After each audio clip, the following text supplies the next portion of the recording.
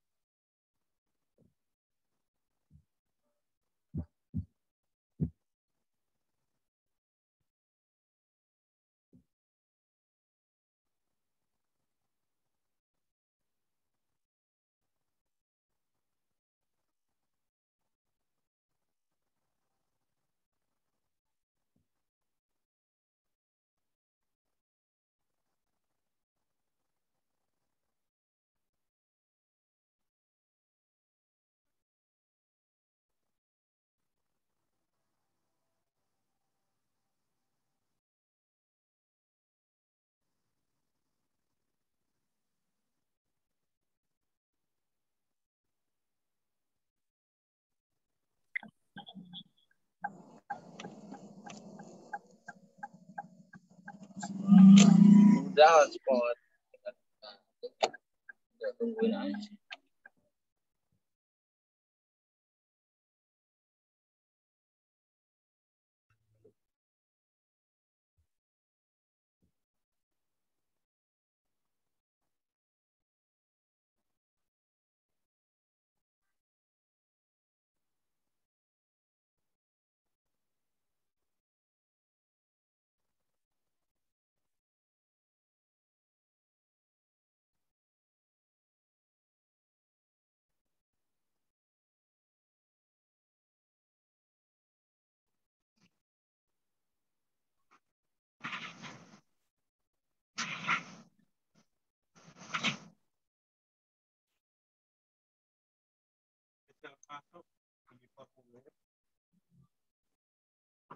Kan harus dimulai nah gelombang kedua.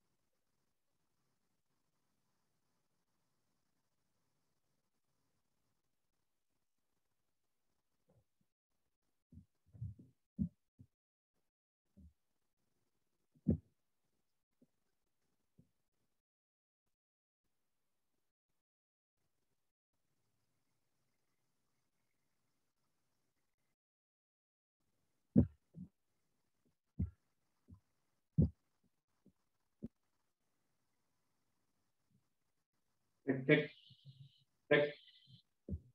Apakah suara saya masuk? Masuk, Ustaz. Siap.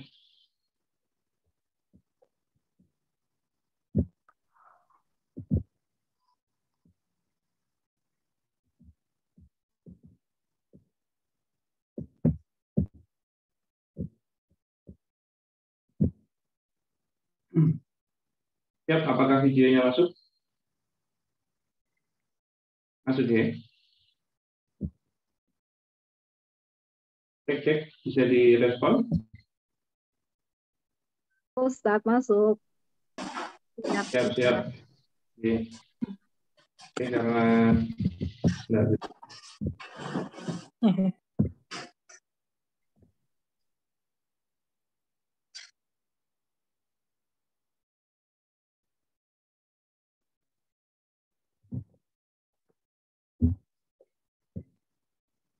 Karena sudah jam 8.09, kita mulai saja.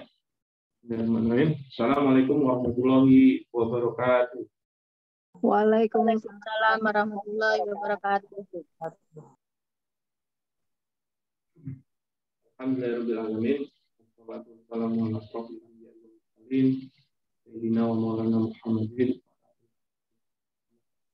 Ya, alhamdulillah malam hari ini kita bisa bersama-sama berkumpul kembali di acara konsul Dr. Dirka, dan semoga selesai acara ini kita bisa mendapatkan ilmu yang bermanfaat. Amin. Salam dan salam juga kita panjatkan pada junjungan kita Muhammad sallallahu alaihi wasallam, semoga kita menjadi umat yang mendapatkan syafaat. Amin. Dan untuk kelancaran dan keberkahan acara malam hari ini, mari kita bersama-sama membaca umul kitab Al-Fatihah.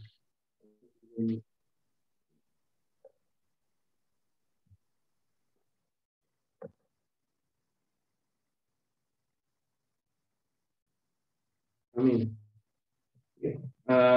Dari mana kabarnya? Bapak-bapak, ibu-ibu, mas-mas? Alhamdulillah, sehat ya? Alhamdulillah sehat. Sehat, Bu Ina, sehat ya. Ini banyak kan? Siap, semoga. Saya sedang di warung kopi, suaranya Ustadz nggak dengar, di Surabaya hujan. Oh, siap. Pakai headset aja. Nanti bisa disesuaikan ya. Oh iya, sudah. Siap. Kalau bisa mungkin bisa pakai headset. Lebih menyesuaikan. Oke. Seperti biasa, konsul Dr. Dirka ini adalah diskusi bedah kasus.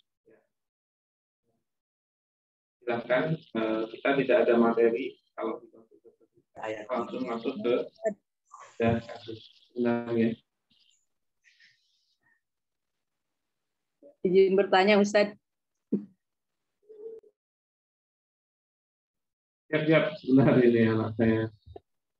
Ya, Ustadz. Oke, siap. Untuk bertanyanya silakan untuk raise hand dan nanti saya beri kesempatan untuk pertanyaan terlebih dahulu.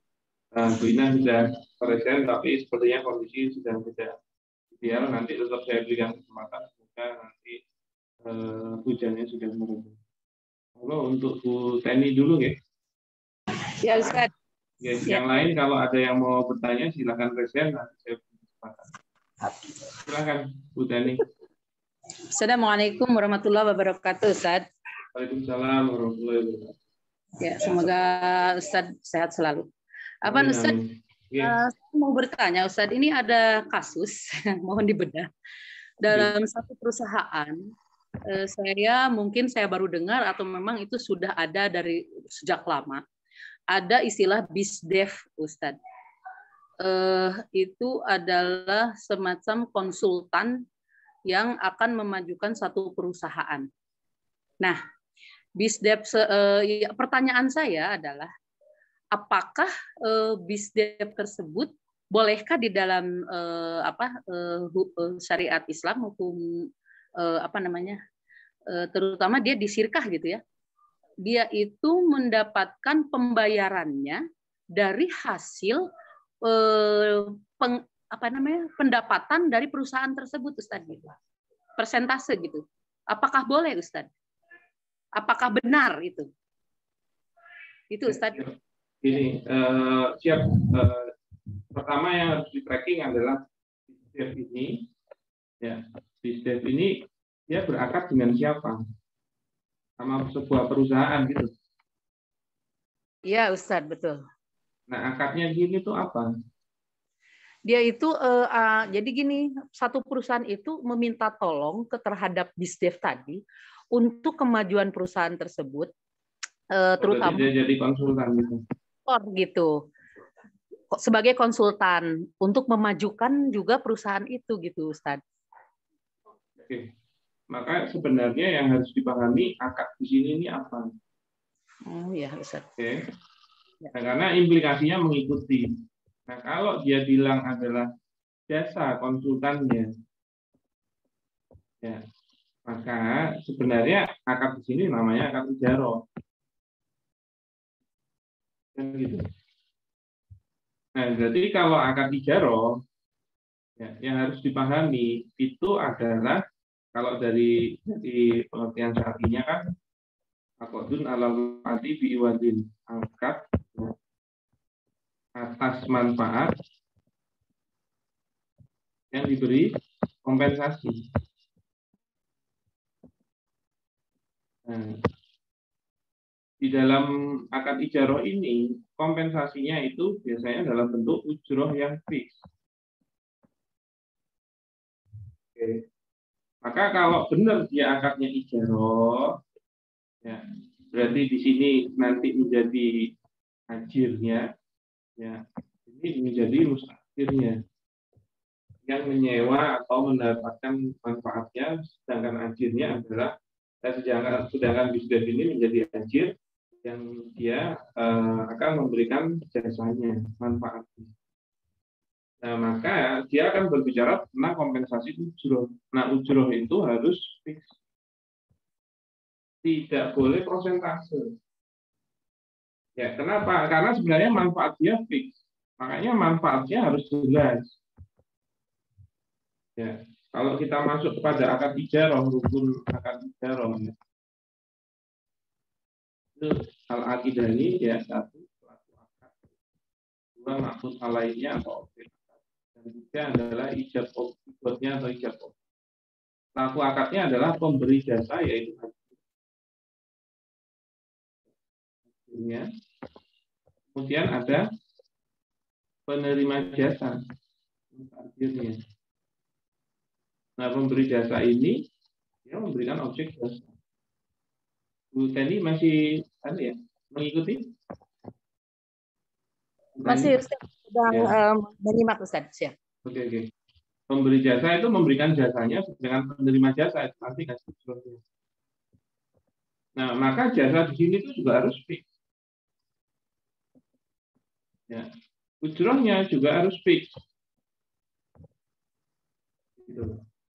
Nah, maka tidak boleh ya kalau akhirnya tidak jaro akan dipumajiron ibu apabila kamu mengangkat seorang pegawai, maka beritahukanlah berapa ujrohnya. Maksudnya apa? Dia harus jelas di depan, tidak boleh berubah-ubah. Begitu juga sebenarnya jasa atau manfaat dia tidak harus fix juga apa yang akan diberikan. Begitu juga waktu pemberiannya. Bagaimana cara pemberiannya itu harus. Oke. Maka kalau dia bilang nanti di perusahaan ini ngasihnya ke sini adalah persentase dari omset, berarti ya? Persentase dari omset. Betul, dari omset pendapatan ya. Omset. Maka sebenarnya tidak bisa. Ini adalah pemberian ujroh yang tidak sah. Kenapa? Karena manfaatnya. Ya. Jangan sampai ternyata dia sudah memberikan manfaatnya, ternyata omsetnya itu kecil. Padahal dia ngasih manfaatnya sudah besar. Maka tidak sesuai pemberiannya itu. Memang kalau omsetnya gede, dia berdampak. Coba udah dia usahakan ternyata enggak. Bahkan semakin turun, bahkan bangkrut gitu. Padahal dia udah ngasih manfaat. Yang mana sebenarnya omset ini hubungannya, karena misalnya perusahaan ini adalah mendapatkan omset ini dengan melakukan jual beli, ya kan? Jual beli ini kan sama customer, gitu kan? Maka sebenarnya itu haknya perusahaan. Kenapa? Karena angkatnya sama jual beli sama customer dapat omset. Nah itu tuh sama sekali tidak dimiliki oleh ini, gitu. Bukan haknya dia. Kenapa? Karena yang boleh dapat omset adalah pemilik bisnisnya, yaitu si perusahaan. Gitu. Makanya kenapa dampak dari Anda punya bisnis itu adalah adanya keuntungan, ya kan? Untungnya itu apabila omsetnya melebihi nilai biaya untuk. Begitu juga Anda juga yang menanggung kerugian pada saat omsetnya lebih besar daripada biaya. Itu memang haknya pebisnis atau pemilik bisnisnya, yaitu si perusahaan. Nah itu tidak punya hak orang lain untuk dibagi-bagi. Kenapa? Karena kalau mau dapat itu harus masuk ke dalam kepemilikan bisnis. Dan yang namanya akad ijarah tidak masuk ke dalam kepemilikan. Oke. Satu dulu. Maka kalau dia akan berbicara tentang saya mau persentase, sebenarnya masih bisa positioningnya, tapi nanti akadnya bukan ijarah, dia diganti akadnya menjadi syirkan. Oke. Tapi kalau akadnya sudah menjadi syirkan, maka sebenarnya kalau dia mau minta persentase loh ya, tapi ini persentasenya harus dibahas juga. Ya. Bisdevnya ini melakukan akad syirkan dengan si perusahaan ini, kan gitu kan? Tapi sekalinya dia berakad syirkan dengan perusahaan ini, kalau dia ngasihnya amal, maka dia sudah bukan sebagai konsultan, tapi sebagai pengelola. Dan kalau sudah ngomongin pengelola, memang dia jadi berimplikasi memiliki bisnisnya jadi satu dengan si perusahaan. Makanya kenapa kalau dia minta persentase dari profit tapi ya bukan omset, itu bisa karena sudah berdampak pada kepemilikan. Tapi ingat profit. Makanya kalau yang dia tuju tetap persentase omset, mau pakai akad syirkan pun itu tidak bisa. Gitu. Beda lagi kalau dia akhirnya menggunakan akad samsara. Oke. Malah bisa. Oke. Malah bisa kalau dia mau minta persentase dari omset ini. Tapi dikembalikan kepada pengertian samsara. Ya. Samsara itu kan pengertian syar'inya kan khutbatun yang tarawwa al-wasitatu bainal ba'i wal mustari. Sebuah pekerjaan atau sebuah profesi yang pekerjaannya adalah mempertemukan antara penjual dan pembeli. Maka dia bukan konsultan juga. Hanya jadi makelar, bantu jualin lewat dia. Boleh dia dapat persentase dari omset. Tapi sebenarnya perusahaan bertujuannya bukan sebagai makelar, sebagai konsultan. Nah, kalau memang yang diinginkan adalah menjadi konsultan dan mendapatkan persentase dari omset, nggak bakalan bisa. Begitu, Bu Teh. Ya, Ustaz. Kemudian gini Ustaz, ya, tambah bingung Ustaz, betul. Siap. Ya. Kemudian gini Ustaz, satu lagi, rupanya BISDEV itu sendiri menginginkan atau bahkan dimasukkan ke dalam naungan CV gitu. Jadi gimana tuh Ustaz? Ya kalau dia memang mau jadi satu, ya dia memang mau memiliki juga, ya akhirnya akadnya syirkan. Begitu ya. Iya, tapi namanya dia udah bukan BISDEV lagi. Positioning dia bukan konsultan lagi, tapi sebagai pengelola. Maka pengelola itu ngurusinnya secara overall, amal pengelolaan, bukan pokoknya saya cuma jadi konsultan tuh ya. Ya harus ikut bertanggung jawab terhadap perusahaan. Kalau ada masalah dia juga harus membantu mensolusikan. Bukan kalau konsultan kan enggak kan. Kalau sebenarnya kalau harus jadi konsultan. Kalau ada problem apapun di perusahaan ini, bukan kewajiban ini. Kenapa? Karena dia tidak ikut dalam kepemilikan perusahaannya. Gitu. Nah, kalau dia mau ikut masuk ke CV-nya, berarti dia ikut melebur kepada perusahaannya yang mana dia juga jadi memiliki perusahaannya. Boleh nggak? Sebenarnya bisa. Walaupun tidak bisa ya kalau menggunakan akad CV. Tapi intinya kalau dia mau melebur dalam firkah itu bisa. Tapi ingat, dia bukan bisnis lagi, dia bukan konsultan lagi, tapi pengelola. Dan pengelola itu kalau dia udah akhirnya bersirkah, dapatnya bukan prosentase dari omset, tapi prosentase dari profit bagi hasil. Maka kalau yang dia tuju prosentase dari omset tetap tidak. Nah, banyak, setahu saya ya, itu banyak konsultan yang mainnya gitu. Jadi ada konsultan lihat, ini potensi bisnisnya bagus. Bisa nih, potensinya ini saya upgrade. Tapi kan sebenarnya perusahaan itu tidak mampu bayar dia secara nilai fix. Jadi dia berniatan baik, ini aja, kasih saya prosentase dari omset, masukin ke biayamu kan bisa. Padahal secara akad itu tidak sah. Nah, ada juga ya yang saya pernah dengar, konsultan itu, konsultan. Jadi dia tahu potensinya itu. Terus dia bilang, oke, setahun akan saya benahi bisnismu. Tapi profit setahun itu buat saya. Akhirnya naik. Perusahaannya jadi bagus di tahun depan. Justru yang tidak tepat kalau angka. Jadi setahun itu ownernya tidak terima apa-apa.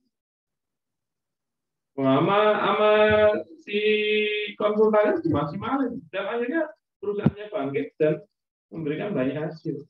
Saya nggak tahu tahun-tahun berikutnya akhirnya dapat persentase atau enggak. Tapi setahun itu yang saya itu jadi milik dia. Gimana bisa? Kepemilikan bisnis itu gara-gara akad yang tepat. Kan gitu. Begitu, Bu Dani. Ya Ustaz. Sementara saya masih nanti saya lanjut lagi Ustaz. Insya Allah nanti saya ini udah saya klik ini. Boleh. Siap Ustaz. Ini juga ada rekamannya kalau nanti mau. Ya, siap Ustaz. Jazakallahu khairan. Iya, Pak. Monggo buat Bu Ina mungkin kalau suaranya sudah Siap Ustaz. Assalamualaikum warahmatullahi wabarakatuh.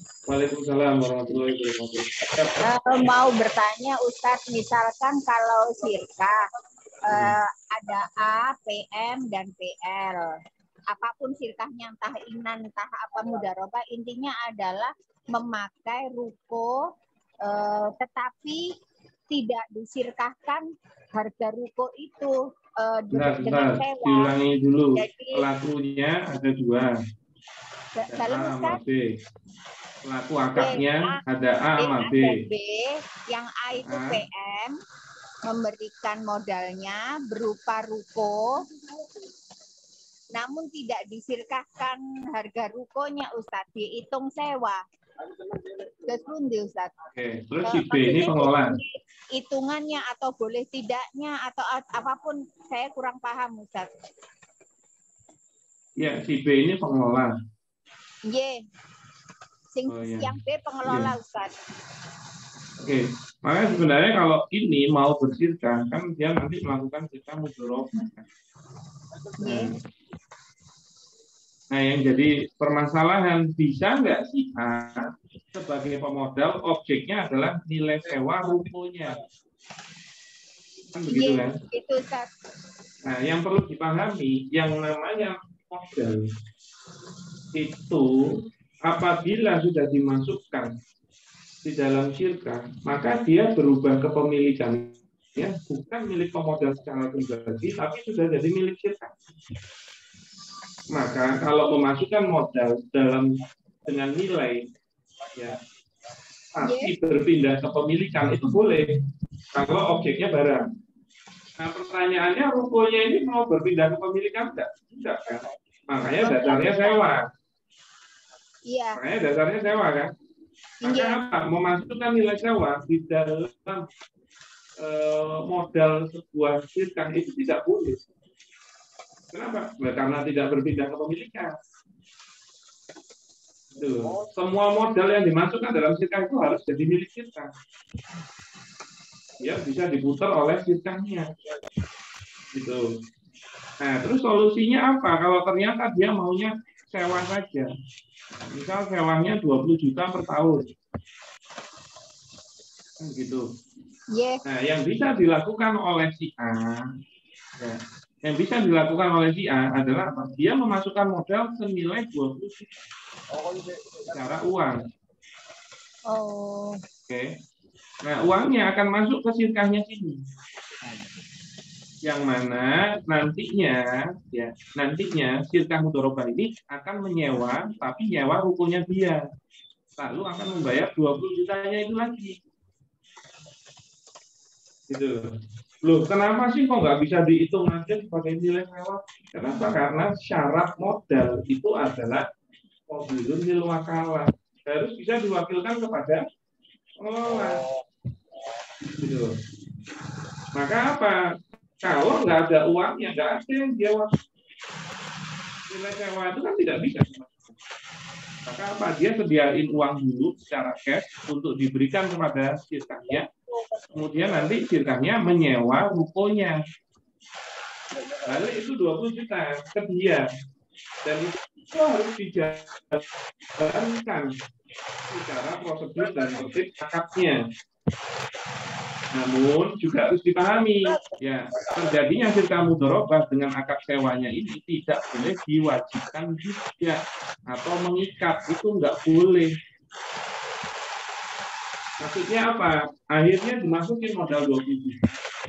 Kemudian pengelolanya dalam perjalanan, Pak, itu di situ ada tempat. Dan tempatnya itu lebih prospektif daripada rukonya jenengan.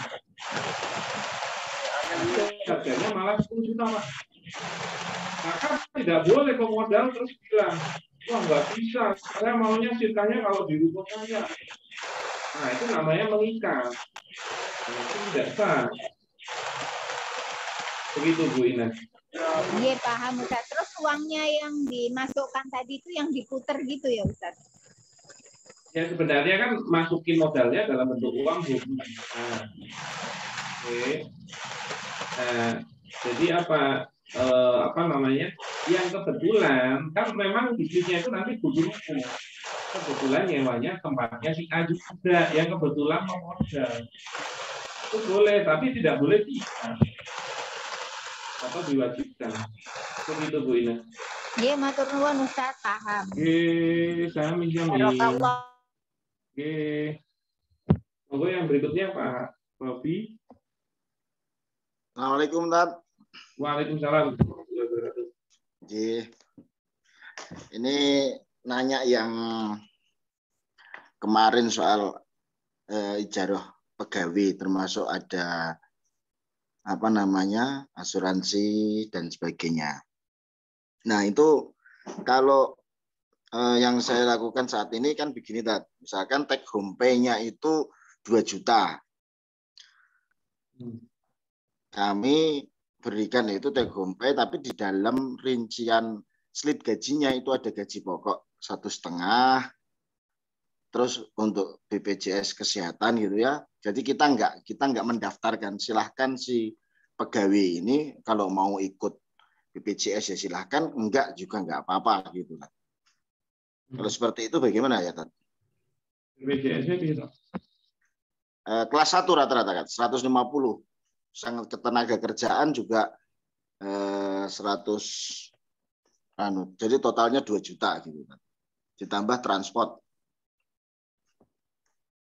Uang bensin 1 bulan. Misalnya gitu kan. Ini kan totalnya jadi 2 juta gitu. Ye. Ya, jadi sebenarnya begini. Ini kan uang transport. Ya. Nah, kalau ini kan BPJS-nya kan. Ye. Tenaga kerja sama kesehatan. Ya, jadi begini. Yang harus dipahami mengenai ijarah itu sebenarnya tentang manfaat yang diberi kompensasi. Kan begitu. Ye. Nah, maka apa? Maka hanya mengenai gajinya saja sebenarnya itu sudah cukup. Tidak perlu ditambah-tambahin yang lain. Tapi kalau ada yang mau diberikan tunjangan atau kelebihan dan itu menjadi bagian dari gaji, ya silakan. Oke. Nah, yang pertama yang wajib ada memang gaji pokok ini. Gaji pokok ya. Ya. Nah, maka mengenai uang transport silakan. Sebenarnya dia bagian dari ujroh juga. Nah, yang harusnya dipahami mengenai BPJS nih. Oke. Mengenai BPJS ini sebenarnya hukum asalnya kan haram atau tidak boleh. Oke. Sebenarnya kayak aja. Maka sebisa mungkin dihindari. Ya. Karena hukum asalnya haram. Tapi kalau nggak bisa dihindari dan dia memang bersifat memaksa, ya maka kita itu terkena paksaan yang mengubah hukum asal membayarnya yang haram itu jadi mubah. Rufi'an umati al-qasau wa nisyanu wa masfuku alai, diangkat pena atas umat. Itu orang yang tidak sengaja, orang yang lupa dan apa-apa yang dipaksakan atas mereka. Maka sebenarnya jenengan bisa menghindari BPJS-nya enggak? Oh bisa. Misalnya begitu kan.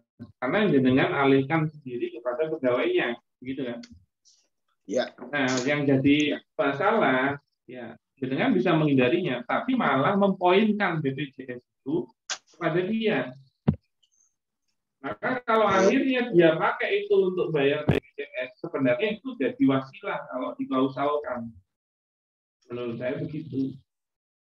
Kalau bahasanya itu tunjangan kesehatan sama tunjangan tenaga kerja. Jadi nanti silakan. Ya silakan. Kalau dengan mau bahasain selain itu, menurut saya lebih tepat. Itu tunjangan tenaga kerja sama tunjangan kesehatan kan? Tunjangan bahasanya tadi. Ya, intinya tunjangan saja, jangan dipikirkan untuk BPJS. Masalah dia nanti untuk BPJS atau enggak itu bisa. Oke. Nah, kalau itu seperti itu, maka inilah sebenarnya ujroh dia itu. Oke. Ujroh dia itu ya ini. Ya. Alhamdulillah kalau gitu. Ya. Tapi jangan diklausalkan adanya buat BPJS karena menurut saya jadi wasilah walaupun bukan pelakunya. Ya. Begitu Pak Robi. Ya. Satu lagi Tat, boleh Tat? Ya monggo. Nah, jadi gini Tat. Ini kalau ini bab sirkah yang mudzarabah ya. Jadi ini di poinnya saja ya Tat ya. Jadi insya Allah untuk poin-poin yang lainnya ini sudah betul insya Allah. Cuman ada kesepakatan begini. Pada pasal pembagian keuntungan itu dibagi pihak pertama. Jadi kita anggap saja kita bersepuluh, 3 orang itu sebagai pengelola dan pemodal. Yang lainnya adalah pemodal. Nah, ada pasal di bawah 10. Ya 10 orang. 3 itu PLPM, yang 7 PM. Ya. Nah ini musyarakah ya. Halo, ya, lanjut. Ya. Nah di pasal pembagian keuntungan itu. Yang 3 orang ini kan jadinya pihak pertama, yang 7 orang ini jadi pihak kedua kan? Gimana? Yang 3 orang jadi pihak pertama, yang 7 orang jadi pihak kedua. Oke, nah, pembagian keuntungannya adalah A 30%, yang pihak pertama, pihak kedua 10%, terus ada klausul adalah kas untuk pengembangan sirkah atau usaha ya, itu 50%. Terus karena ini sifatnya adalah kita apa namanya, sirkahnya ini sirkah komunitas gitu kan. Ada yang keempat adalah kas untuk komunitas sebesar 10%. Jadi kas pihak pembagiannya pihak pertama 30%, pembagian kepada pihak kedua 10%, untuk kas pengembangan sirkah itu 50%, yang untuk kas komunitas adalah 10%. Nah ini saya rada mengganjal gitu. Apakah ini diperbolehkan gitu, Tat? Ya. Jadi kalau Anda berbicara tentang bagi hasil, itu adalah tentang 100%. Betul. Mengenai keuntungan. Ya. Ya. Jangan diubah-ubah. Bagi hasil itu mengenai 100% keuntungan. Ya. Maka para pelaku sirkah itu membagi 100% itu apabila ada keuntungan. Enggak boleh apabila sudah waktunya bagi hasil kok ditahan, itu enggak boleh. Nah, ya, dananya 10 juta. Maka pasti ya, dia itu dapat 12 juta. Maka yang namanya untungnya berapa? 2 juta kan? Ya. Nah, 2 juta ini yang dibagi hasil. Kenapa? Karena kalau sudah waktunya bagi hasil tutup buku, waktunya bagi hasil itu semua di luar modal itu adalah keuntungan. Ya. Maka kalau sudah waktunya bagi hasil itu haknya para pelaku sirkah. Jadi apa? Harus habis dia dibagi. Gitu. Ya. Harus habis dia dibagi, nggak boleh ditahan. Kecuali akhirnya disepakati, oh nggak bagi hasil dulu. Dan semuanya sepakat, itu boleh. Tapi sekalinya ada kesepakatan, oke kita tiap bulan ya, oke per tanggal segini, oke. Terus ternyata lagi butuh dana, terus lanjut dulu, nggak usah bagi hasil sekarang. Ada yang nggak setuju, dia mintanya, oh saya lagi butuh duit nih, saya mintanya bagi hasilnya. Itu nggak boleh ditunda. Maka wajib diberikan pada saat waktu bagi hasil. Itu dulu. Ya. Maka apa? Tidak boleh kok dari 100% itu ada 50% buat ini, manusia buat ini yang dibagi adalah cuma 20%. Loh, untungnya 100% kok yang dibagi cuma 20%. Kenapa kok nggak boleh menahan bagi hasil? Misalnya dia dananya 100. Pas dia bagi hasil, ya pas tutup buku, misalnya uangnya 110 katanya. Maka apa? Keuntungannya 10 juta. Nah, yang jadi masalah itu begini. Misalnya ini cuma A sama B. Semuanya pengelola pemodal, misalnya ini. Nah, untuk modalnya, dia ternyata posisinya 30-70. Tapi kalau untuk bagi hasilnya, ternyata dia 50-50. Oke. Ternyata apa? Nggak jadi. Ya, nggak jadi 10 juta ini dibagi hasil. Maksudnya, ditahan. Waktunya bagi hasil, dikeluarin 10 juta. Tapi ternyata ditahan. Nggak jadi dibagi. Nah, yang jadi masalah itu apa? Pada saat ini ditahan. Oke. Sebenarnya kan merujuknya pada apa? Jadi bagi hasil kan? 50-50.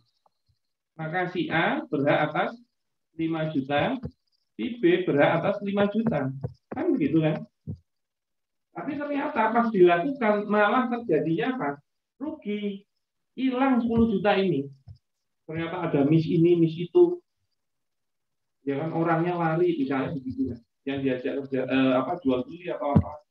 Malah 10 juta ini jadi rugi. Nah sebenarnya kalau jadi rugi, cara pembagiannya kan berdasarkan porsi modal. Maka A jadi rugi berapa? 3 juta. Ya. B ruginya berapa? 7 juta. Oke. Berarti apa? Berarti akan merugikan siapa? Merugikan si B. Kenapa? Karena sebenarnya dia kalau nggak ditahan bagi hasilnya, itu dapat 5 juta. Oke. Sekarang jadi rugi, malah nanggung 7 juta. Maka dia tidak equal 2 juta. Maka akan menzolimi si B 2 juta. Kalau ini malah enak. Harusnya dia itu dapat 5 juta, cuma nanggung 3 juta. Nah, makanya tidak bisa menahan bagi hasil. Lalu apa solusinya? Solusinya itu tetap dibagi hasil 5 juta, 5 juta, oke. Lalu apa? Sirkahnya, ini kan sirkahnya. Itu sekarang chord ke mereka. Chord jadi akadnya. Gitu loh. Sekarang kalau misalnya akhirnya chord, kita masih butuh. Oke, chordnya berapa? 5. 10 juta kan? Tercapai kan? Ternyata terjadi rugi 10 jutanya. Sirkahnya tetap bayarnya gitu. Bayarnya tetap 5. Nggak ada yang dizolimi. Begitu Pak. Cek. Pak Rodi bisa tes yang lain, dengar suara saya enggak? Yang lain bisa dengar suara saya? Dengar. Ya, bisa, Ustaz. Rodi bisa? Iya, gini Tad. Dengar. Kalau misalnya berarti yang untuk yang poin ketiga sama poin keempat tadi tidak diperbolehkan. Tapi kalau misalkan seperti ini, dibagi dulu, habis itu baru kita semua peserta sirkah ini mengumpulkan lagi untuk 2 poin itu tidak ada masalah ya Tad ya? Ya, tapi akadnya jadinya chord. Ya. Jadinya chord. Bukan menahan bagi hasil. Ya. Bagi hasilnya dikeluarin dulu, Tad. Ya, dikeluarin dulu, kemudian sirkahnya sekarang chord kepada para pelaku sirkah yang barusan dapat bagi hasil. Oh, yeah. Tapi tidak boleh mewajibkan. Oke ya, kita bagi hasil ya. Oke, tapi nanti dititipin lagi ya sirkahnya ya. Enggak boleh. Karena multi akad. Oh, yeah. Maka dia bersifat natural. Kalau ada yang nggak mau ya silakan. Kalau ada yang mau ya yang mau aja. Kalau akadnya chord, itu sirkahnya nanti tetap akan mengembalikan nilai. Tidak terjadi kezaliman. Oke, Tad. Coba kalau ditahan bagi hasil itu. Mereng kan jadinya kan. Dia harusnya dapat 5 juta nanti tapi kena kerugian 7 juta. Yang ini harusnya dapatnya 5 juta cuman kerugian 3 juta. Ya adil dong. Yeah.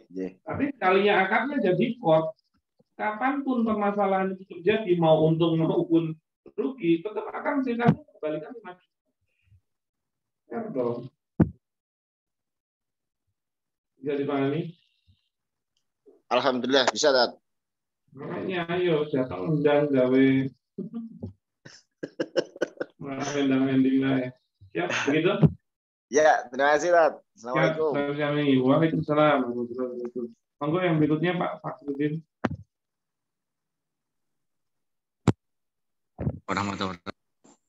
Waalaikumsalam warahmatullahi wabarakatuh. Siap, monggo.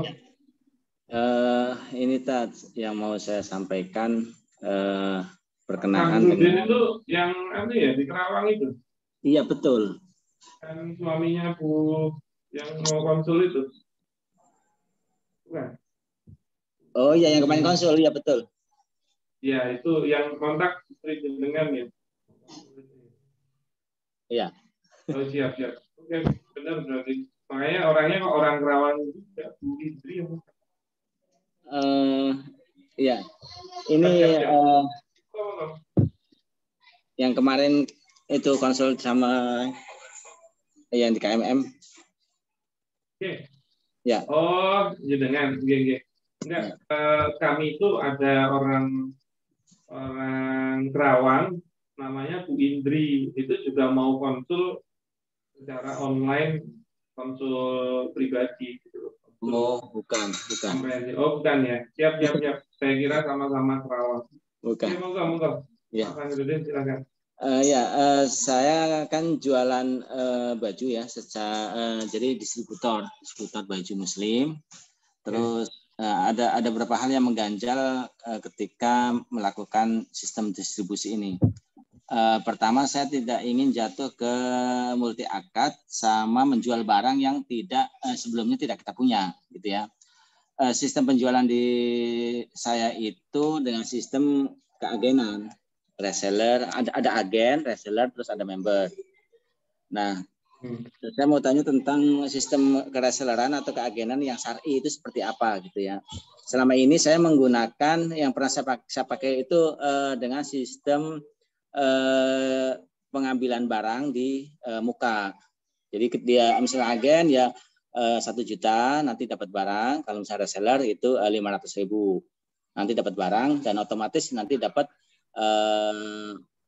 diskon harga. Gitu. Itu satu. Terus saya juga pernah menggunakan sistem pendaftaran. Jadi daftar 150.000 nanti dapat sampel produk. Nah, terus nanti masuk grup dan kita di situ memberikan bimbingan untuk menjadi reseller. Itu dua sistem yang produknya baju gamis, kerudung, baju muslim ya. Nah, itu dengan produsen. Oh, bukan, distributor. Saya nggak buat produk. Berarti ada supplier ya? Iya, ada supplier, ada yang saya juga beli lagi ke supplier itu. Ya, terus distributor, terus baru siapa? Distributor, nanti di bawah itu saya bikin sistem keagenan, ada agen, ada reseller, terus juga ada member.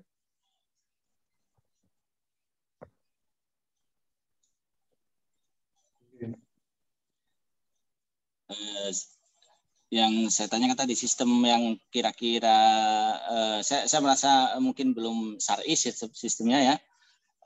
Yaitu apakah dengan sistem pembelanjaan awal atau dengan sistem pendaftaran yang betul itu. Dua-duanya udah pernah saya coba semua. Oke. Sekarang kan jenengan itu bukan pemilik barang. Iya. Nah, jenengan akadnya sama supplier itu apa? Jual beli. Iya, jual beli. Oke. Terus barangnya udah di jenengan? Belum, itu kan rata-rata sistemnya PO. Produsen juga belum ada barangnya. Ada juga yang sudah ada. Jadi ada dua model produsen ya. Ada produsen yang model jualannya secara ready stock, ada juga yang jualannya secara PO. Kalau secara PO ya PO berarti belum ada barangnya. Ya, dia kalau selama dia produsen, maka dia bisa melakukan jual beli istisna. Iya. Jual beli istisna itu tidak wajib bayarnya lunas di depan. Oke. Nah, jenengan itu membeli ke supplier gara-gara agennya mau beli atau jenengan mau ready stock? Oh, kita udah punya stok dulu. Malah sebelumnya malah kita tidak nunggu orderan dari agen atau reseller, ya kita memang sebagai distributor diwajibkan stok. Malah dari pusat itu kan mewajibkan, atau ada target lah ya, target berapa juta untuk tiap bulannya. Jadi mau nggak mau mesti belanja. Ada orderan atau tidak ada orderan mesti belanja itu. Kenapa kok mesti belanja? Ya itu aturan dari yang punya barang, aturan dari. Tapi kan jenengan pembeli. Iya. Ya, kalau ada orang nggak mau beli, nggak boleh. Kalau nggak beli? Ya, kan jual beli itu harus ijab kabul. Ya. Oke. Ada ijab, ada kabul. Maka ada yang ijab, nggak ada yang kabul, ya nggak bakalan jadi jual beli. Jadi kalau jenengan bilang agar bisa jadi distributor dan dapat harga khusus, maka wajib, ya bukan wajib, maka ya seharusnya bisa membeli segini targetnya tiap bulan. Tapi kalau nggak mencapai target, juga nggak wajib beli. Cuman bisa jadi dampaknya nanti harganya tidak semurah yang awal. Misalnya begitu, itu masih boleh. Tapi kalau di target nggak boleh. Kenapa? Karena jual beli itu memindahkan kepemilikan. Gitu loh. Nah, kalau jenengan lagi nggak mau memiliki barangnya dia ya boleh. Itu kan persyaratan dari sana. Tapi kalau misalkan saya nggak belanja, gitu misalkan, itu ada penurunan diskon gitu aja sih biasanya. Ya, nah itu masih boleh, tapi tidak menjadi wajib, gitu loh. Cuman dampaknya mereka memberikan settingan harga yang berbeda, yaitu melalui diskon yang berbeda. Itu kan, nggak menjadi wajib itu namanya. Itu ya. Nah, contohnya begini loh, kalau jenengan nggak beli saat itu juga, ternyata jenengan dikasih denda, nah itu jadi wajib kalau kayak gitu. Enggak loh? Enggak. Itu paling penurunan diskon. Jadi ya, silakan jawab. Itu bukan syarat. Nah, oke. Maka jual beli satu itu di sini. Nah, saya nanya, sudah terjadi istisna kalau barangnya sudah jadi, ya, jenengan habis itu menerima barangnya dulu enggak dari supplier buat ready stock ya di tempat jenengan. Ya sama seperti supplier, saya juga ada yang model PO berarti barang belum nyampe. Terus ada juga yang udah ready stock berarti saya belanja langsung nanti dikirim langsung. Ya, yang saya maksudkan itu enggak ngirim langsung ke agen gitu loh. Tapi di stok dulu di tempat jenengan. Oh gitu iya, kan? iya saya punya. Itu punya yang toko. saya maksud. Saya punya toko sendiri, ya. Ya, berarti kan barangnya mesti dikirim ke jenengan dulu, gitu kan? Iya betul. Oke. Nah, pertanyaan berikutnya adalah dari distributor itu terjadi akad dengan agen, begitu kan? Iya. Nah, akadnya ini apa? Mau jual beli juga? Iya, sama seperti saya ke supplier. Oke. Nah, yang jadi pertanyaan adalah pada saat terjadi jual beli antara agen dengan distributor yaitu jenengan, itu pas barangnya memang sudah ada atau belum di jenengan? Atau bisa terjadi dua-duanya? Bisa terjadi dua-duanya, tergantung barang dari supplier. Kalau barang dari suppliernya PO, ya berarti saya menjual barang secara pre-order, jadi belum ada barangnya. Kalau misalkan barang dari pusat ready stock, ya saya langsung beli barang yang ready stock dan dia kirim ke saya jual juga barang ready stock. Tergantung produsen. Ya, jadi hukum asal jual beli itu barangnya seharusnya sudah ada. Ya. Nah, kalau dia barangnya belum ada, kan latati Malaysia dikata. Janganlah engkau menjual barang yang belum ada di sisimu. Salah satunya belum engkau miliki. Nah, kalau memang belum dimiliki, ada akad perkecualian, yaitu namanya akad salam. Ya. Kenapa? Karena jenengan bukan produsen. Jenengan harus membeli lagi ke pihak supplier atau pihak lain. Nah, kalau akad salam itu ada syaratnya. Pertama apa? Harus lunas di depan.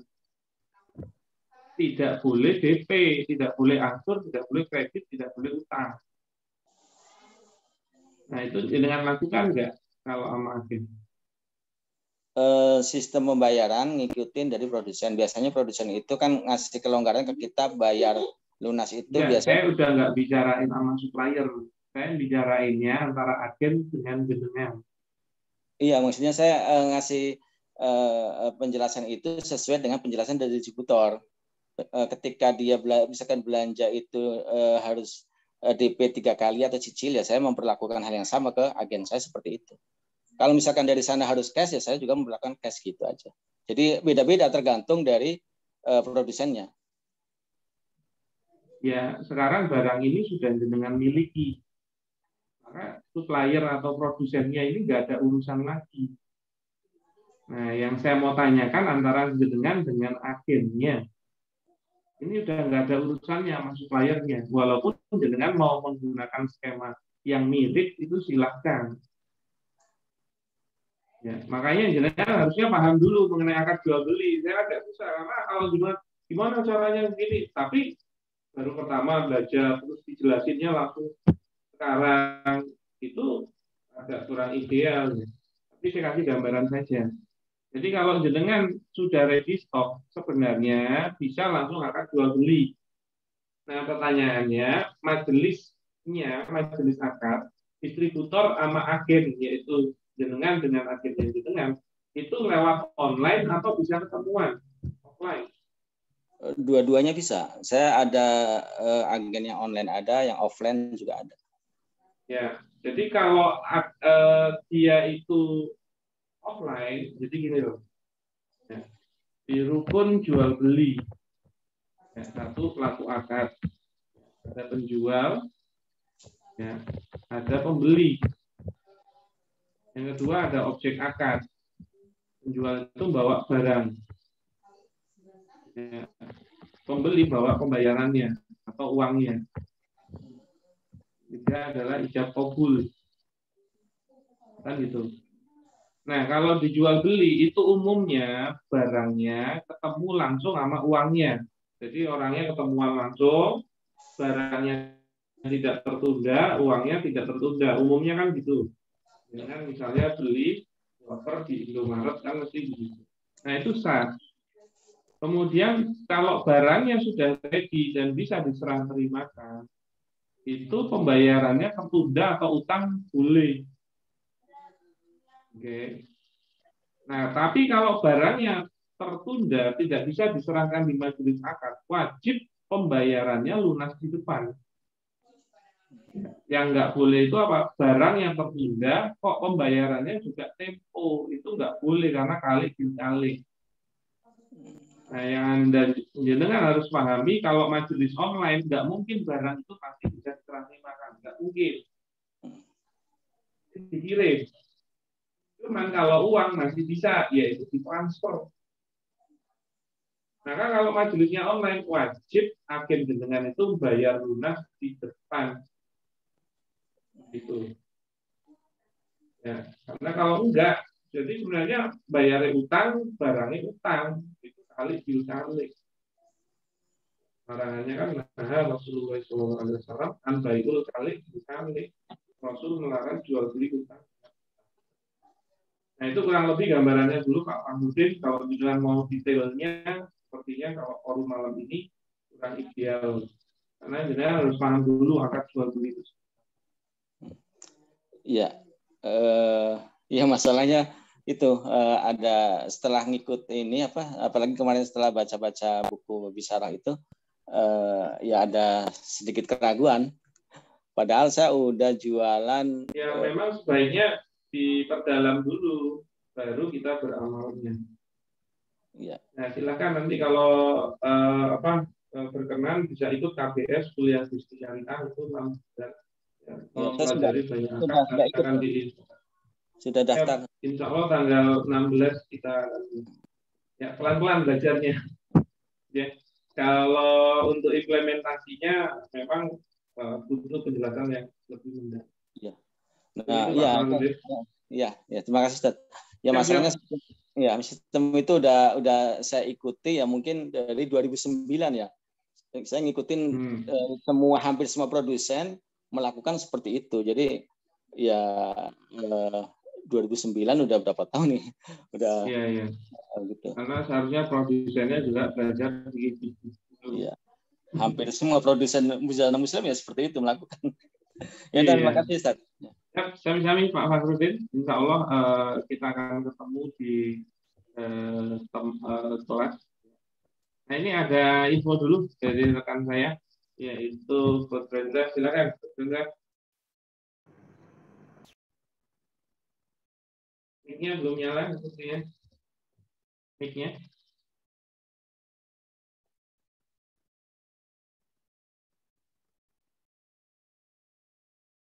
Halo, assalamualaikum warahmatullahi wabarakatuh. Waalaikumsalam warahmatullahi wabarakatuh. Ya, ini terima kasih banyak buat teman-teman yang udah datang di kelas bedah sirkah ini ya, bedah kasus nih. Sebenarnya teman-teman kalau pengen lebih lengkap lagi ya, bisa bedah kasus ya. Teman-teman tuh saya saranin ikut KBS sih, teman-teman. KBS itu apa sih? Kuliah Bisnis Syariah. Itu 1 semester. Itu ngomongin tentang akad jual beli, sewa menyewa, utang piutang, sirkah dan lain sebagainya. Dan nanti kalau teman-teman udah belajar itu, teman-teman ketika ngelihat kasus-kasus, banyak kasus itu enak banget tuh bedahnya sesuai dengan syariah. Nah, buat teman-teman insya Allah nih bulan Januari ini kita mau buka lagi batch 3 ya buat teman-teman yang memang serius. Nah, saya kirim itu di chat, itu ada nomor saya di 0812-2988-6813. Insya Allah luar biasa sih. banyak testimoni yang udah ikut ya. Di situ juga ada Mas Hanafi Rais ya. Kemudian ada juga teman-teman yang emang udah ikut kuliah-kuliah sebelumnya. Nah, jadi buat teman-teman yang memang pengen mendalami bisnis sesuai dengan syariah, itu ikuti KBS. Kenapa sih kita harus ikut KBS? Ya, salah satunya emang karena salah satu dari ucapan Umar bin Khattab ya. Umar bin Khattab kan pernah berkata, jangan kalian jual beli dulu, jangan kalian masuk ke pasar dulu sebelum kita itu paham fikih muamalah. Intinya apa? Intinya sebelum kita beramal ya, kita wajib tahu ilmunya dulu. Biar apa? Biar nanti semua amalan kita ini jadi sah, nggak batal, sehingga apa? Sehingga nanti jadi amal soleh. Jadi bisnis teman-teman bisa jadi amal jariah. Nah, buat teman-teman, ini kita lagi ada spesial lah intinya.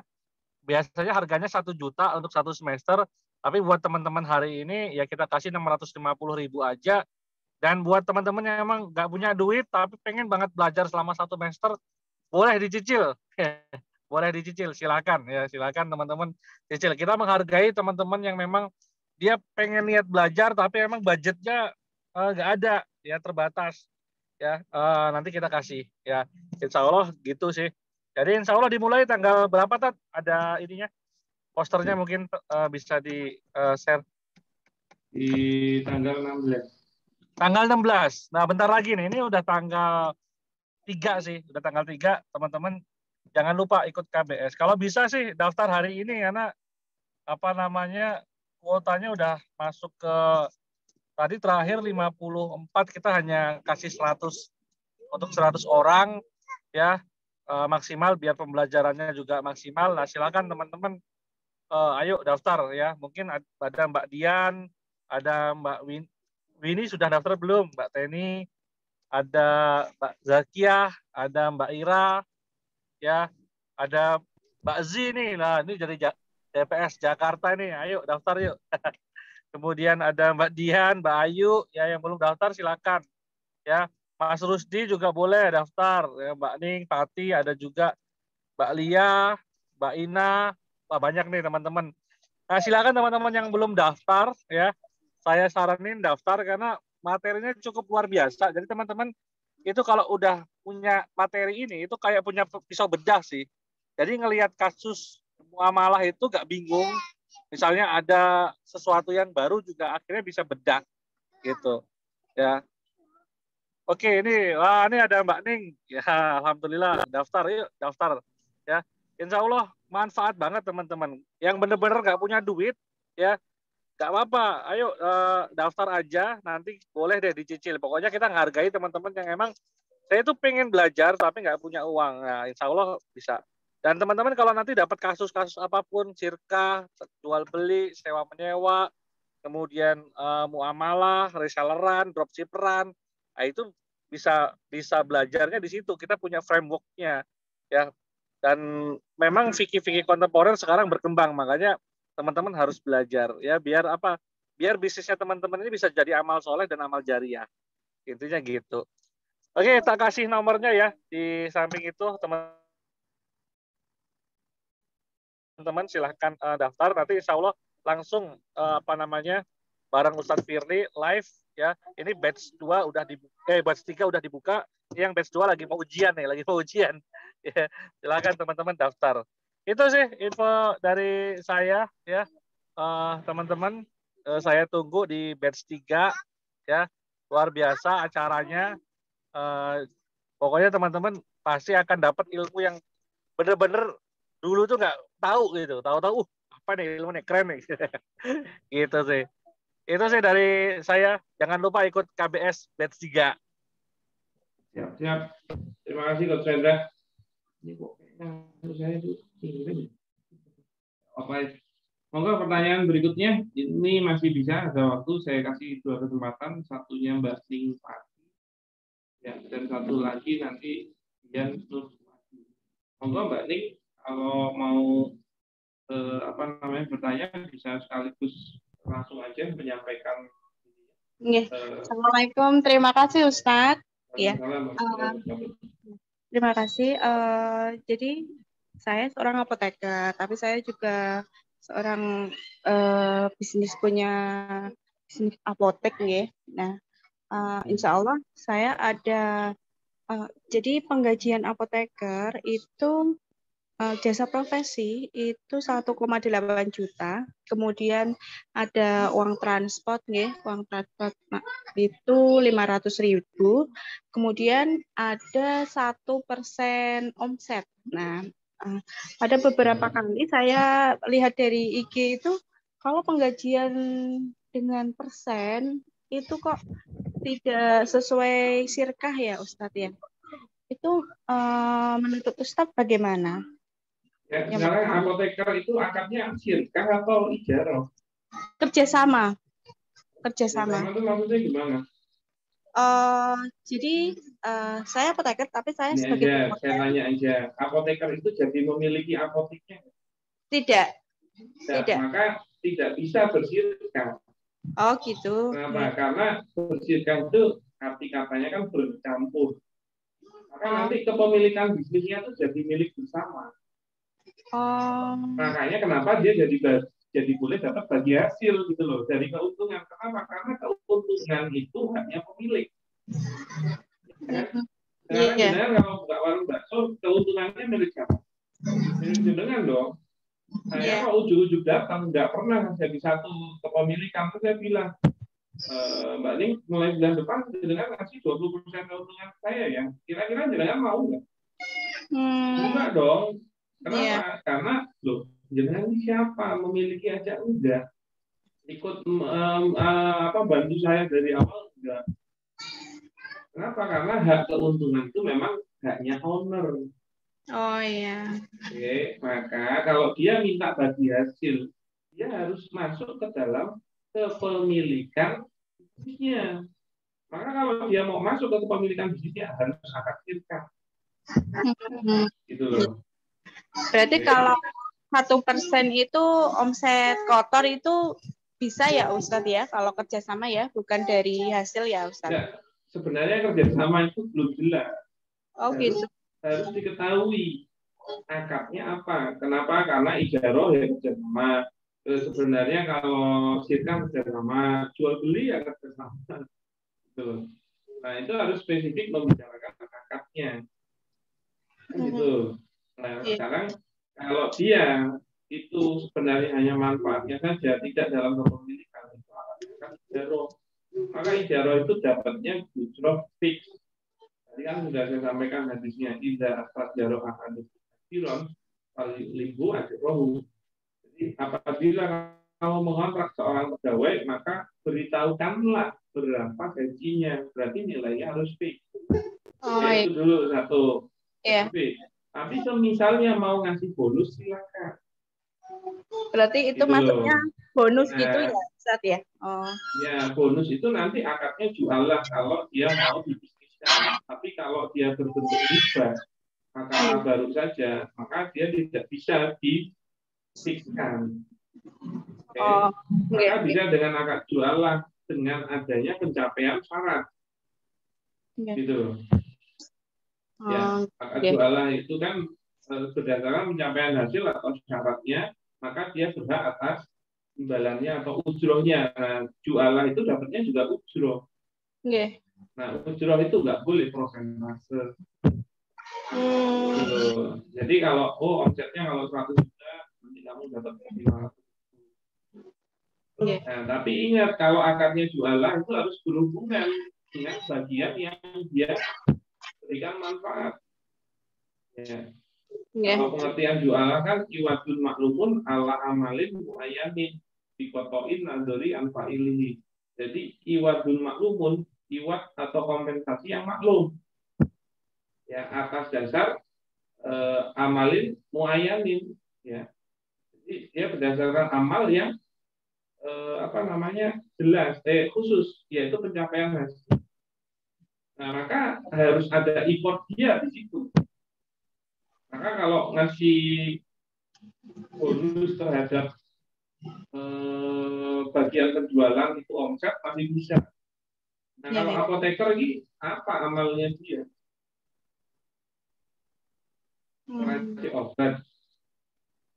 Iya dok, iya Ustadz, praktek ya, praktek di apotek gitu. Jadi nanti omsetnya dapat tiap bulannya itu dicampur dengan jasa profesi, nanti ada Ya, dapat. sebenarnya nggak bisa sih. Cuman kalau jenengan mau bentukin dalam bentuk hibah itu silahkan.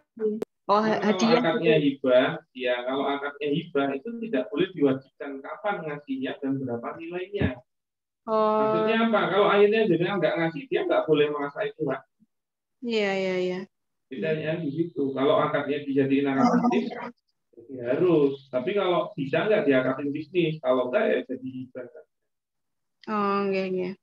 Begitu, Kemudian tanya Ustadz, insya Allah saya akan berdiri satu apotek, yang ini baru proses apoteker ya, dapat apoteker itu kalau untuk saya niatkan untuk sepertiga untuk sedekah, kemudian sepertiga untuk pengembangan apotek itu sendiri, kemudian sepertiga itu untuk owner itu diambil dari keuntungan pertama atau setelah modal itu sudah terpenuhi, modal awal terpenuhi, Ustadz.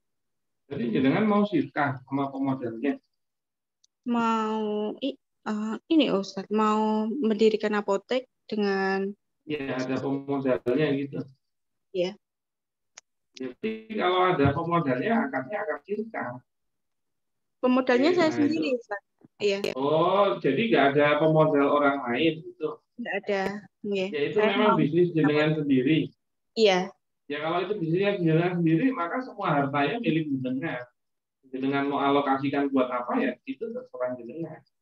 Itu bedanya kalau jenengan sirkah sama orang lain, nggak bisa seperti itu. Kenapa? Karena hartanya bukan milik sendiri, belum menjadi milik sendiri. Nah kalau itu bisnisnya bisnis sendiri, ya monggo-monggo aja. Mau ditransfer ke saya juga boleh. Sini saya share nomor gitu. Oh iya. Ya Ustadz, berarti bisa dari setelah modal terpenuhi baru nanti kalau ada apa Ustadz, laba dibagi 3 bisa langsung ya dari mau dibagi 10, mau bagi berapa itu hanya jenengan. Jadi ya. Oh gitu. Iya. Siap. Ya Ustadz. Begitu ya.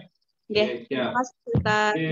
Kami monggo yang terakhir Mbak Kian ya kayaknya. Kian Nur Fuadi atau Mas monggo Dian Nur Fuadi kalau mau bertanya. Cek. Oke, monggo.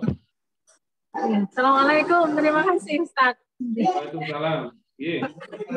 Ini begini Ustadz, saya mau mohon saran juga, mungkin habis ini diperbolehkan atau enggak gitu. Jadi ini ada 3 pihak yang melakukan kerjasama begitu.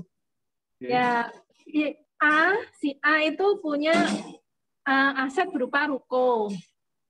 Terus yang B itu dia modalnya uang dan jadi pengelola. Kemudian yang si C itu cuma jadi pengelola. Gitu. Nah, setelah itu nanti untuk pembagian pembagian hasilnya itu nanti yang sebenarnya itu kan 30%, tambah 10%. Jadi si A 30%, si B 30%, C 30%, terus yang 10% itu buat operasional begitu. Nah, tapi nanti karena nanti setelah misalnya kerjasamanya itu selesai kan nanti semua jadi gedung asetnya itu tetap milik si A, kemudian uangnya si B tadi dipergunakan untuk renovasi dan membeli peralatan untuk usaha itu gitu. Jadi nanti terakhir itu si A nanti dapat keuntungannya dia berupa gedungnya itu tetap miliknya, kemudian juga gedungnya sudah ada renovasi dan ada peralatan itu. Kemudian si B nanti terakhir kan yang modalnya itu kan uangnya itu dikembalikan dari hasil keuntungannya itu, dan dia dapat keuntungan usaha 30%, sedangkan yang si C itu dapat 30% gitu. Itu gimana Ustadz? Seperti itu diperbolehkan enggak? Ya, seperti itu sebenarnya luas itu. Jadi gini, saya mau tanya dulu, rukonya ini mau dijadikan modal? Ya, jadi ini misalnya ini buat usaha warung makan begitu Ustadz. Jadi ini warung ruko ini kan mau dibikin warung makan. Nah, tapi kan sebelum dibikin ini kan masih jadi masih perlu renovasi, perlu biaya buat renovasi dan pembelian alat-alat dan lain-lain. Nah, itu kan yang biaya si B. Iya. Si B ini. Nah, ya terus saya cuma nanya rukonya dulu. Ya, jadi pertanyaannya rukonya mau jadi modal, gitu kan? Nah itu, tapi ini si A itu nggak mau kalau rukonya itu nanti jadi tetap miliknya begitu loh, Ustaz. Gimana? Nah, makanya kalau rukonya mau jadi modal, dia harus siap kehilangan kepemilikan rukonya. Ya. Karena dia akan masuk ke dalam sirkahnya. Sama kayak jenengan misalnya masukin modal 100 juta kepada sirkahnya. Pada saat setelah akad, itu 100 juta itu bukan milik jenengan lagi, tapi milik sirkahnya. Oke, nah kalau dia mau masukin rukonya jadi modal, maka harus dinilai. Hukum asal modal kan uang. Tapi kalau mau masukin barang, silakan harus dinilai. Misalnya rukonya ternyata nilainya 1M. Maka sebenarnya si A itu ya memasukkan modal senilai 1M dalam bentuk ruko. Gitu ya. Maka nilai modal dia ya 1M ini. Nah, yang harus dia pahami, modal dia itu dinilai 1M ini, udah bukan di ruko lagi. Gitu loh. Kenapa? Karena misalnya 5 tahun kemudian ternyata putus sirkah, berhenti sirkahnya, ya. Terus rukonya kan nilainya udah nggak 1M lagi. Ya kan? Bisa jadi 3M. Misalnya kan, maka haknya dia itu tetap di 1M gitu loh. Nah, pertanyaannya dia mau nggak? Karena apa? Karena kalau 1M jadi 3M, ada kenaikan nilai 2M, maka 2M ini kalau melebihi nilai modal, itu keuntungannya harus dibagi hasil dengan B dan C. Nah, dianya mau nggak? Termasuk dia nggak bisa minta bukunya balik ke pemilikan dia, terus barang-barang itu jadi milik dia. Nah, kok enak. Yang namanya sirkah itu bercampur. Segala risiko itu jadi satu, termasuk segala keuntungan. Nggak bisa di-plotting gitu. Karena hak dia itu hanya di 1M itu. Itu dulu yang pertama. Kemudian kalau si B ngeluarin uang, maka dia juga jadi pemodal. Ya. Maka dia juga jadi pemodal. Sedangkan si A juga pemodal. Nah, ini bentuk sirkahnya nggak ada. Ada pemodal, ketemu pemodal dan pengelola, kok ketemu pengelola. Itu bentuk sirkahnya nggak ada. Karena sebenarnya kalau dipaksain pun sirkahnya nggak bakalan sah. Ya, kalau mau si C masukin modal. Maka yang terjadi musyarakah. PL-PM-nya 2 orang, PM-nya 1 orang. Itu namanya sirkah musyarakah. Itu yang kedua. Terus yang ketiga, nggak bisa bagi hasil kok begini. 30, 10 operasional itu maksudnya gimana? Nah, karena yang namanya operasional itu biaya, itu sudah dihitung dulu dan harus dikeluarkan dulu nilainya. Bukan jadi bagian dari bagi hasil. Kenapa? Karena yang namanya bagi hasil itu posisinya sudah ada keuntungan. Maka kalau sudah untung ya semua biaya harusnya sudah dibayar tuh. Beda lagi kalau dia bilang 10% untuk ditahan bagi hasilnya buat menambah nilai modal. Misalnya begitu, itu pun salah, nggak boleh. Karena kalau yang namanya bagi hasil itu kan bagi hasil terhadap keuntungan kan. Berarti posisinya sudah untung. Maka haknya itu 100%. Dia harus diberikan atau didistribusikan kepada 100%. Karena nggak bisa kok cuma 30 kan total 90%. 10% ini haknya sopo. Itu tetap haknya orang tiga itu kalau misalnya gitu. Nah, jadi menurut saya masih banyak yang harusnya diulik ya, karena ini kondisionalnya tidak bisa dilakukan akad nikah yang sah. Apalagi kalau pemodalnya si A dengan rukunya nggak mau, kalau rukunya nggak balik jadi milik dia sepenuhnya, termasuk ketambahan alat-alat. Itu sebenarnya dia akhirnya ya, yang terjadi dia berpotensi melakukan riba. Kenapa? Karena hak dia itu cuma 1 M. Kok dia minta tetap ruko plus tambahan barang-barang itu. Yang mana itu di luar nilai modal. Ya, maka sebenarnya hak dia itu cuma 1 M. Kalau ternyata semuanya di total 1,5 M, maka 500 jutanya itu bukan haknya dia. Dan itu bisa berpotensi riba. Gitu. Ya. Ya.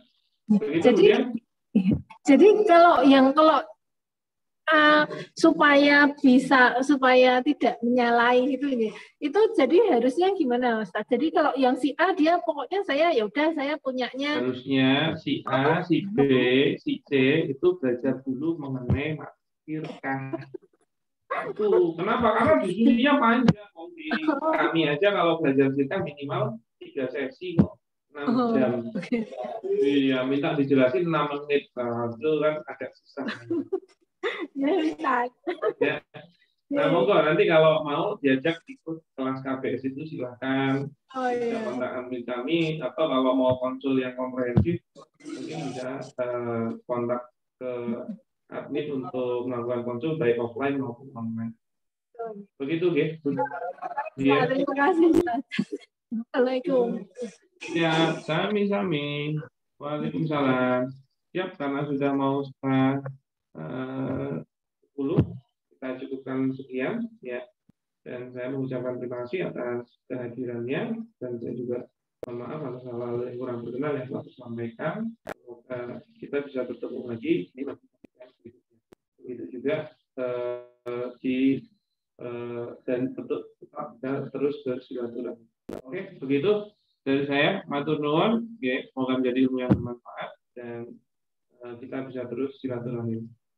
Begitu dari saya, matur nuwun. Assalamualaikum warahmatullahi wabarakatuh. Matur nuwun. Waalaikumsalam warahmatullahi wabarakatuh. Ayo, matur nuwun.